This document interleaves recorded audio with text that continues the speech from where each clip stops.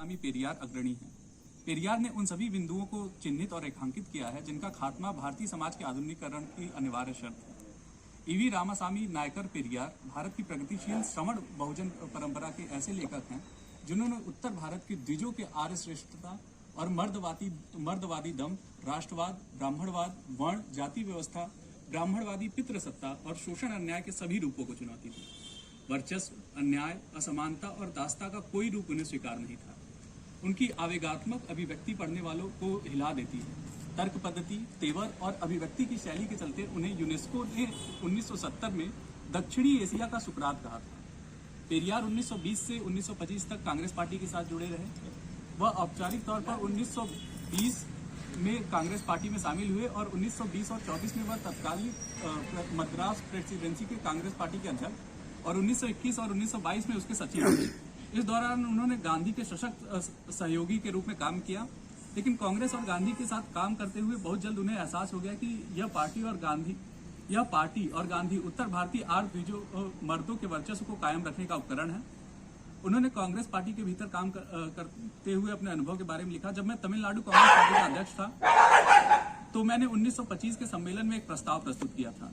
उस प्रस्ताव में मैंने जाति विहीन समाज के निर्माण का प्रस्ताव किया था। मेरे मित्र चक्रवर्ती राजगोपालाचारी ने इसे अस्वीकृत कर दिया। मैंने यह भी अनुरोध किया था कि कांग्रेस के विभिन्न पक्षों और क्षेत्रों में सांप्रदायिक प्रतिनिधित्व का पालन किया जाना चाहिए, लेकिन यह प्रस्ताव भी विषय समिति में थीरू वी का के द्वारा अस्वीकृत कर दिया गया। तब मुझे अपने प्रस्ताव के समर्थन में 30 प्रतिनिधियों के हस्ताक्षर प्राप्त करने के लिए कहा गया था। श्री एस रामनाथन ने 50 प्रतिनिधियों के हस्ताक्षर प्राप्त कर लिए। तब सर्वश्री राजगोपालाचारी, श्रीनिवास अयंगार, सत्यमूर्ति और अन्य लोगों ने अपना प्रतिरोध दर्ज कराया था। पेरियार ने बाद में लिखा कि कांग्रेस पार्टी से अकेले ब्राह्मण और धनी लोग ही लाभ उठा रहे हैं। यह आम आदमी, गरीब आदमी और श्रमिक वर्गों के लिए अच्छा काम नहीं करेगी।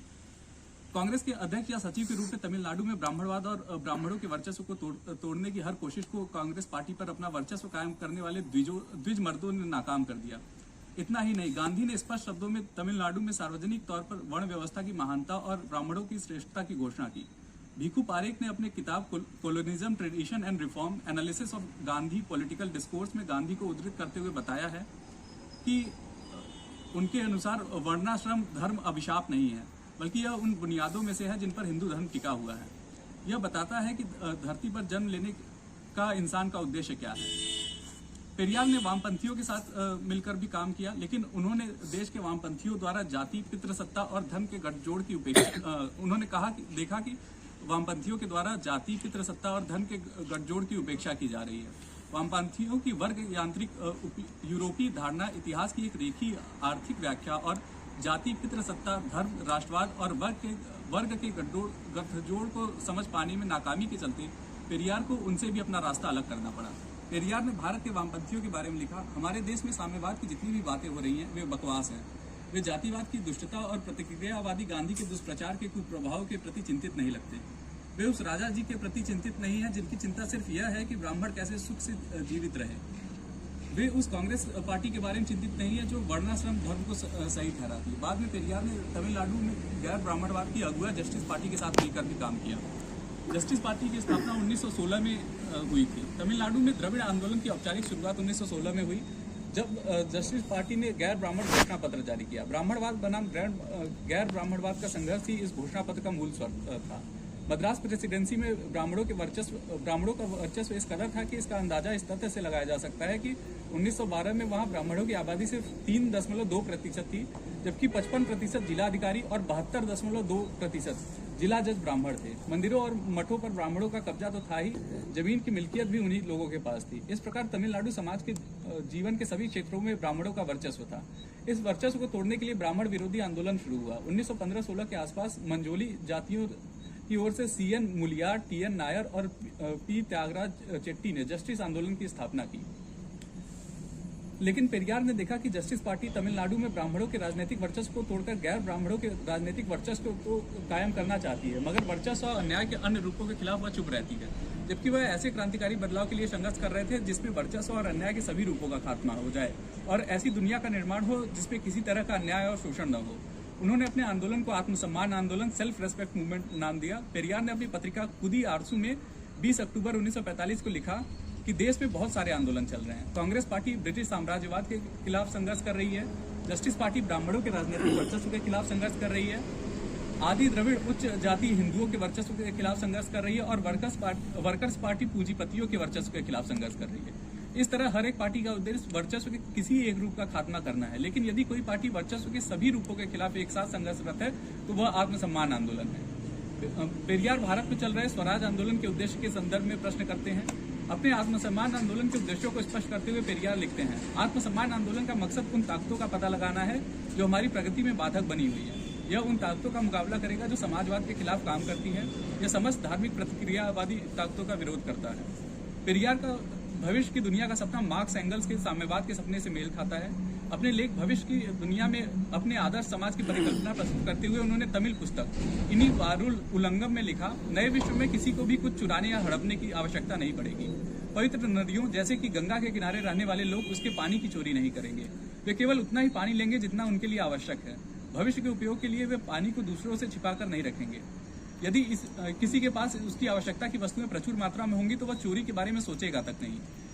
इस प्रकार किसी को भी झूठ बोलने, धोखा देने या मक्कारी करने की आवश्यकता नहीं पड़ेगी, क्योंकि उससे उसे कोई प्राप्ति नहीं हो सकेगी। नशीले पेय किसी को नुकसान नहीं पहुंचाएंगे, न कोई किसी की हत्या करने का ख्याल दिल में लाएगा। वक्त बिताने के नाम पर जुआ खेलने, शर्त लगाने जैसे दुर्व्यसन समाप्त हो जाएंगे। उनके कारण किसी को भी आर्थिक बर्बादी नहीं झेलनी पड़ेगी।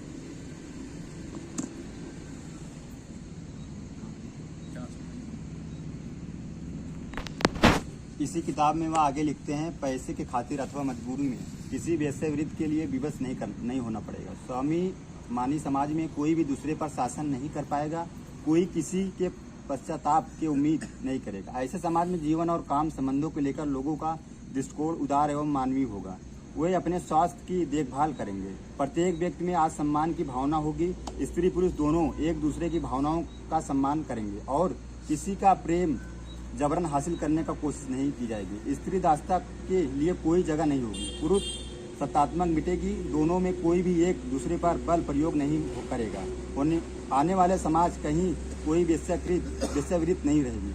भविष्य के जिस समाज का सपना पेरियार देखते थे उसकी भारत में स्थापना की पहली शर्त वह है, अम्बेडकर की तरह जात के विनाश को मानते थे। उनका मानना था कि वर्ण जात की रक्षा के लिए हिंदू धर्म की स्थापना की गई। वर्ण जात की रक्षा के लिए जन्म लेने वाले ईश्वरों की गढ़ा गया और मनुस्मृति, रामायण, गीता और पुराणों की रचना की गई।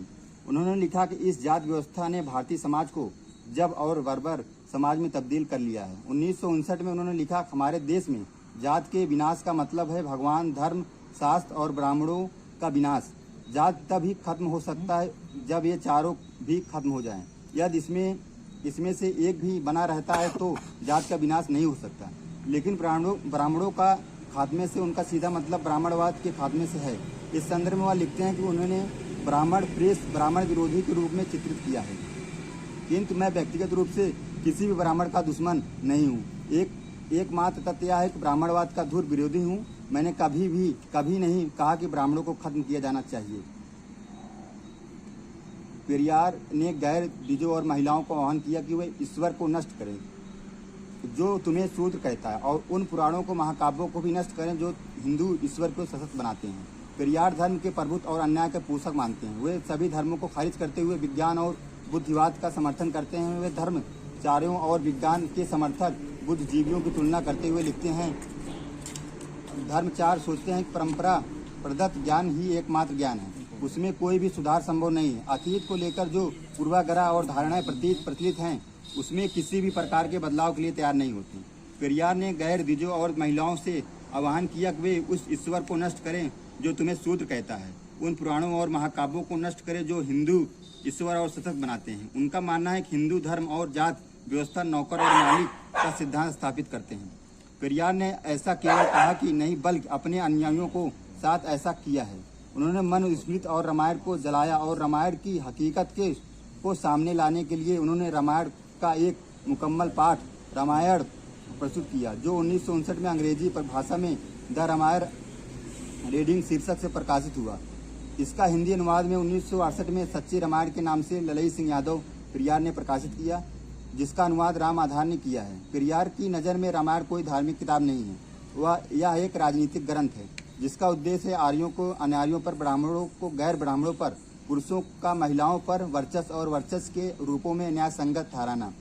सच्ची रामायण की भूमिका में पेरियार लिखते हैं, इनके मूल आख्यानों की सावधानी से अध्ययन किया जाए तो पता चलता है कि जो भी घटनाएं हुई हैं वे असभ्य और बर्बर थी, और इनकी कथाओं को इस तरह से लिखा गया है कि ब्राह्मण दूसरों की नज़र में महान दिखे, महिलाओं को दबाया जा सके और उनकी दासी बनाया जा सके।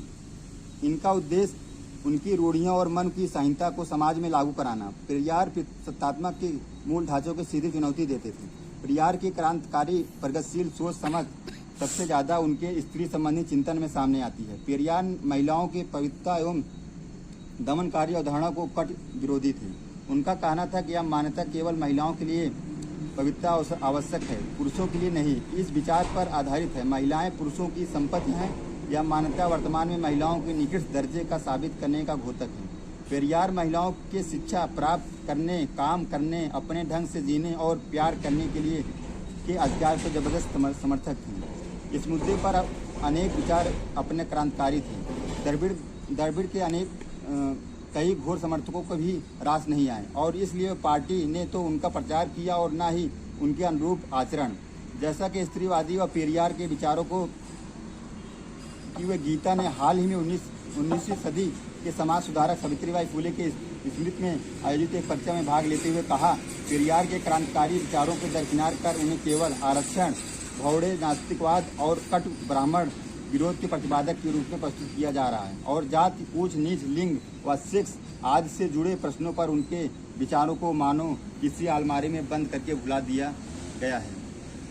श्रम और पूंजी के संघर्ष में पेरियार श्रमिक वर्ग के साथ खड़े होते हैं। वह साफ शब्दों में लिखते हैं कि यह श्रमिक ही है जो विश्व में सब कुछ बनाता है, लेकिन यह श्रमिक ही चिंताओं, कठिनाइयों और दुखों से गुजरता है।